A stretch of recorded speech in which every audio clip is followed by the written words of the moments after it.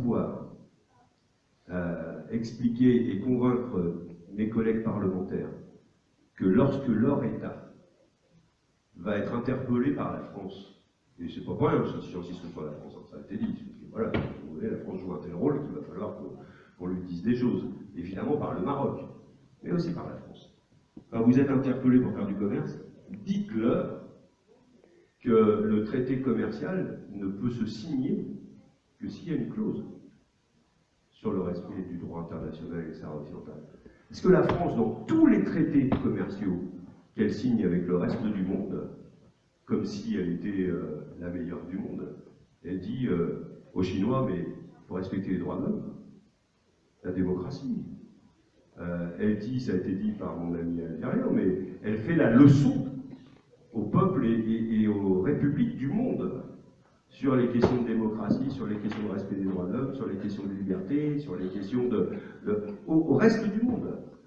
Eh bien, il faut que le reste du monde, à un moment donné, sur la question du Sahara occidental, fasse la leçon au Maroc et à la France. Pour un exemple actuel, ce qui s'est passé avec l'Iran. L'Iran ne convient pas à certaines puissances, notamment aux États-Unis. Et les États-Unis opposent une politique contre l'Iran en utilisant l'extraterritorialité des sociétés, des entreprises, etc., en disant si vous commercez avec ce pays-là, vous ne ferez plus d'affaires avec nous, vous ne ferez plus, vous n'existerez plus à nos yeux, et vos intérêts seront gelés.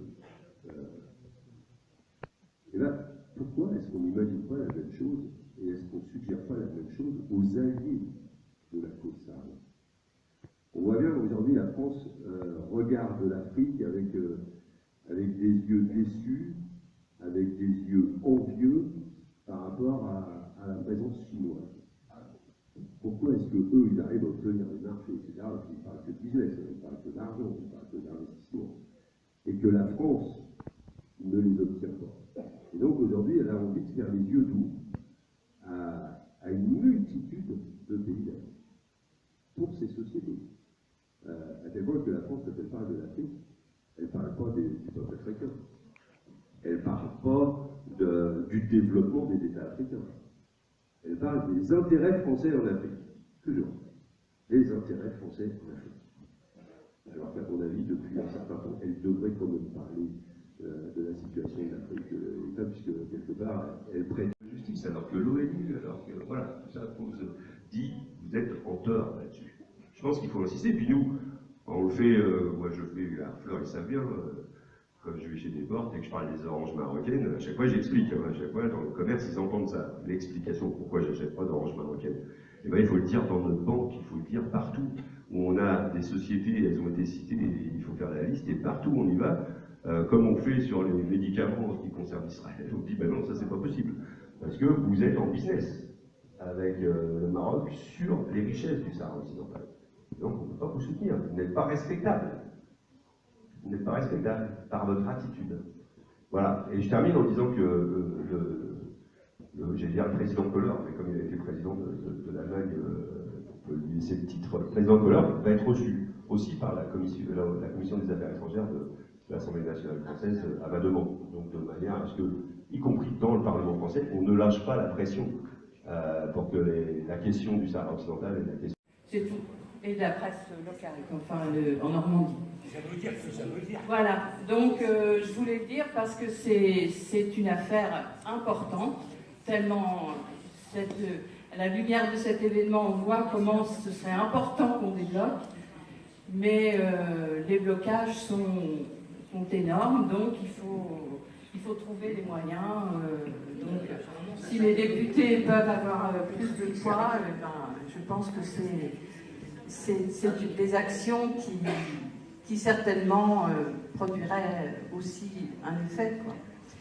Et donc, voilà, il faut continuer dans cette voie, quoi. Moi, je suis Mohamed Salem, citoyen sahraoui. Chaque fois que je vois le drapeau de la République arabe sahraoui démocratique ou qu'on parle de notre cause, je ne peux que parler. Je ne sais même pas qu'est-ce que je peux dire, mais je suis obligé de parler. Et peut-être, je ne sais pas si c'est que je veux dire, c'est une question à renseignement, surtout pour les présents ici, que je vois tout le monde, je suis content de voir ce monde sur la cause notre cause. Je ne vois pas comment se fait-il que le Sahara, qui est connu depuis des siècles, le peuple sahraoui qui existe depuis des siècles, n'a jamais été revendiqué avant 1975 par ce grand royaume. Tous les rois qui sont passés n'ont jamais réclamé le Sahara occidental.